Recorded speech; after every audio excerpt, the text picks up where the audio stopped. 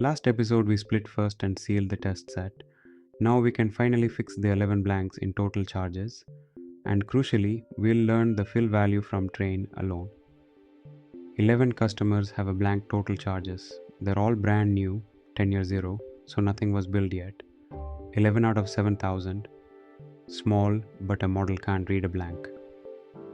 Options for filling: drop the rows, fill with a constant like 0, fill with the mean, or fill with the median. For a skewed money column, median is the steady choice. One big spender can't drag it. Here's the hygiene part. We compute that median from the training total charges only, not the whole dataset. The test set's own values stay sealed. Then we stamp the same train median into the blanks in both halves. Test gets train's number, that's the rule. Fit on train, transform test with what train learned. Let's wire that up with simple imputer, so the discipline is structural, not hopeful.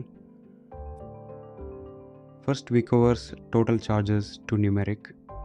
The 11 blanks turn into none. And confirm the count, 11, all in the full data. We split, then we make a simple imputer with strategy median. We back a dot fit it on the train total charges. Behind the scenes, it stores one number, train's median. We dot transform both train and test with that stored number. We print the train median so the figure can show it.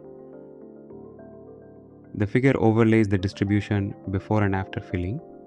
The 11 blanks land on the median line. The rest of the shape is untouched.